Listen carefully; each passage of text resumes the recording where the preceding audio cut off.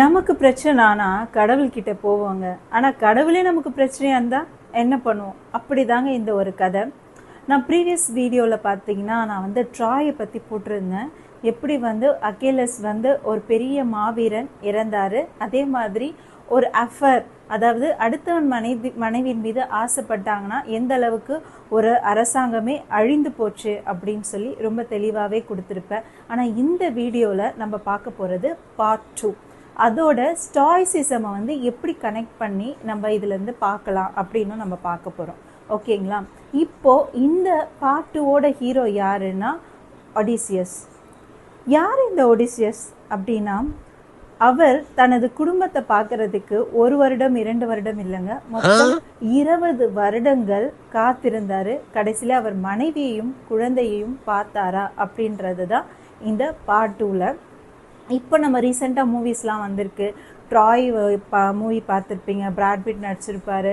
And then part 2 அதான் this Odissi movie, அதுவும் நீங்கள் ரீசெண்டாக பார்த்துருப்பீங்க.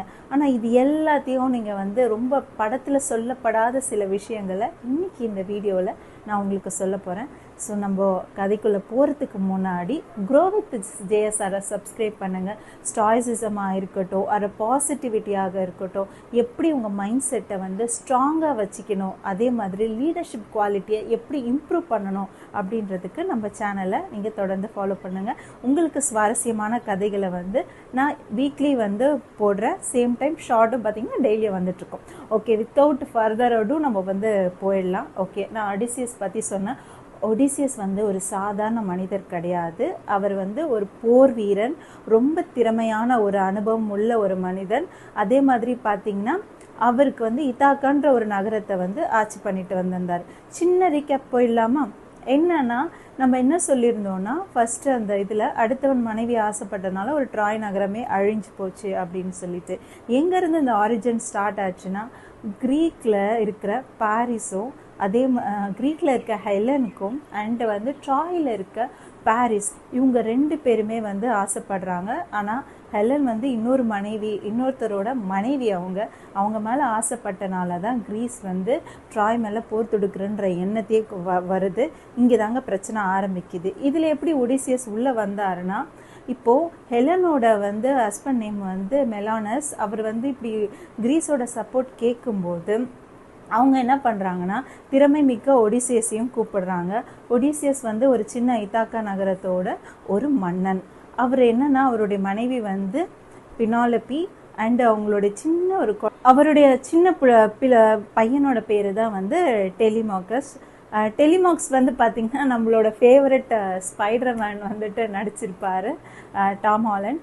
ஓகே, இப்போது இதுதாங்க அவருடைய மனைவியையும் குழந்தையும் பார்க்கணுன்ற ஒரு எண்ணத்துக்காக தான் அவர் வந்து அந்த போர் முடிஞ்சுது. இப்போ எப்படி வந்து போரை வின் பண்ணாங்கன்னா, ஹெக்டர் இறந்துட்டார், அதே மாதிரி அகேலஸ் எல்லாருமே இறந்து போயிட்டாங்க. இப்போ க்ரீஸ் நினச்சிட்டாங்க வீரர்கள் அனைவரும் இறந்துட்டாங்க, இனிமேல் நம்ம போரில் வின் பண்ணவே முடியாது அப்படின்ற நினைக்கிற ஒரு கட்டத்தில் தான் ஒடிசியஸ் ஒரு ஸ்மார்ட்டான ஐடியா கொடுக்குறாரு.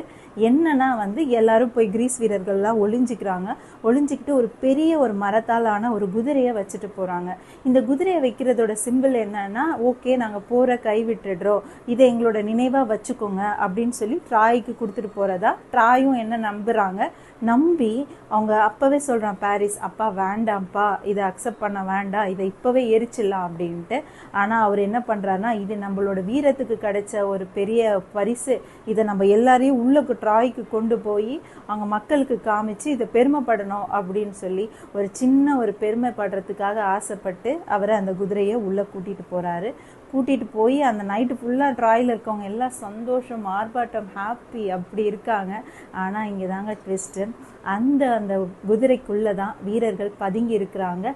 வெளியே வந்து அந்த ட்ராயை வந்து அந்த கேட்டை ஓப்பன் பண்ணி உள்ள வீரர்களை வர வச்சு ஒட்டுமொத்த அந்த ட்ராயவே சின்ன பின்னமாக்கி தரமட்டமாக்கிடுறாங்க. இப்போது ட்ராயும் இல்லை. நெக்ஸ்ட் ஒடிசியஸ் வந்து அவருடைய வீட்டுக்கு போகணும். ஏன்னா வந்து அவருடைய மனைவியும் சரி அவருடைய குழந்தையும் அவர் பார்க்கணும். மனைவி கிட்ட பினாலபி கிட்ட இருந்து ஒரு வார்த்தை சொல்லியிருப்பாருங்க. என்னன்னா, என் மகன் வளர்ந்து நான் பார்க்க முடியாத ஒரு தருணத்தில் அவன் இன்னும் பெரிய ஆளாக வளர்ந்துருந்தானா நீ எனக்காக காத்திருக்க வேண்டாம், நீ வேற யாரையாவது கல்யாணம் பண்ணிக்கோ அப்படின்னு சொல்லிட்டு தான் அவரும் போயிடுறாரு. ஓகேங்களா. இப்போ ஒரு அன்சர்டனிட்டியில் தான் அவங்க மனைவி அங்கே இருக்காங்க. இவருக்கு 10 வருடங்கள் போரிலே முடிஞ்சு போச்சு. இவ்வளோதான், இதுக்கப்புறம் என் மனைவியை பார்க்க போகலான்னு சொல்லி அவர் ஆசையை கிளம்பி போகிறாரு. ஏதாவது இத்தாக்காவோட அந்த நகரத்தை நோக்கி பயணிக்கிறாரு. ஃபஸ்ட்டு பயணம் அவருக்கு சாதாரணமாக இல்லைங்க. அவருக்கு கடல் மட்டும் பிரச்சனையாக இல்லை, கடவுள்களும் அரக்கிகளும் மிகப்பெரிய மாயஜாலங்கள் தெரிந்த அனைத்து இதுவுமே எல்லாமே அவருக்கு எதிராக இருந்தன. சில இதில் அவருடைய ஆசையே அவருக்கு எதிராக அமைஞ்சது. அதை தான் பாட்டாக பார்க்க போகிறோம். இப்போ தாங்க அந்த ஒடிசி ஸ்டார்ட் ஆகுது. ஓகேங்களா, த ரியல் ஒடிசி.